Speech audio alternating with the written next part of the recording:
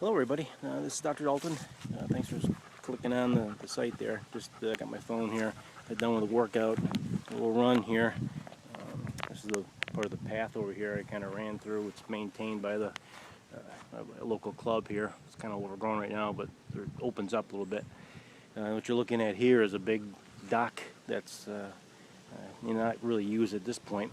Of course, there's no trespassing, but it's still okay. I'm showing here that I'm going to stretch on a docking system over here, and I don't care where it is where you stretch, as long as you're able to kind of get at the right height. There's my hand here, and I'll be up at this level, kind of up to my belly button, and I'm put it over here so you can take a peek and see what I'm kind of doing with all this. So I'm going to rest my hand over here on this part, which is a little wood extension to brace the tubing. But everything's the right height for me, so what I'll do is just kind of help my leg up. And it's pretty high. If I try to use that by just contracting my hamstring up, if I do something like this, try to do this like this, it'll spasm up the hamstring, and that's no good. So just kind of go ahead and bring it up here. It's a lot easier, more restful. You can note that this part of the foot is on, hope you can see it from here, is right on just above my toes, where my toes are. I'm just kind of resting on there at a nice level. I'm going to adjust it just a little bit more so that it doesn't hurt when it's resting on the wood.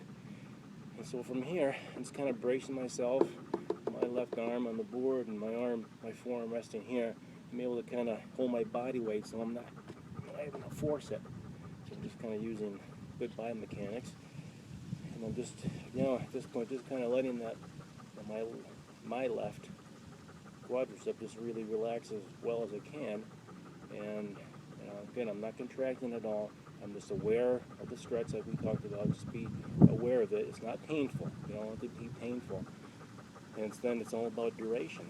And so once it melts away, then you can go a little bit further with it. Now, it might not be perceivable from where you're viewing here, but it's slowly easing off, and as it does, I'm able to go a little bit further, and eventually, as time goes on here, maybe it takes a couple minutes or so, but I'm able to get a little bit higher.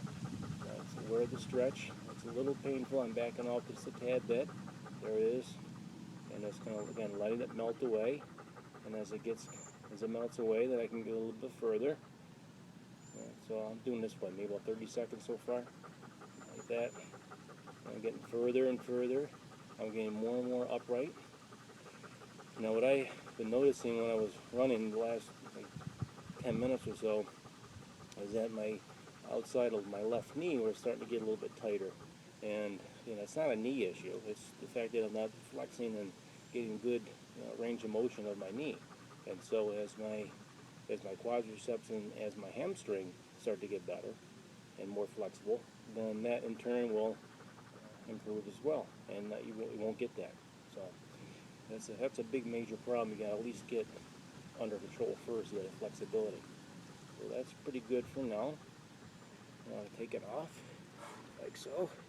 Sometimes I have to let it down a little bit slower in order to allow yourself to be, drop it too quick and might sometimes rebound spasm.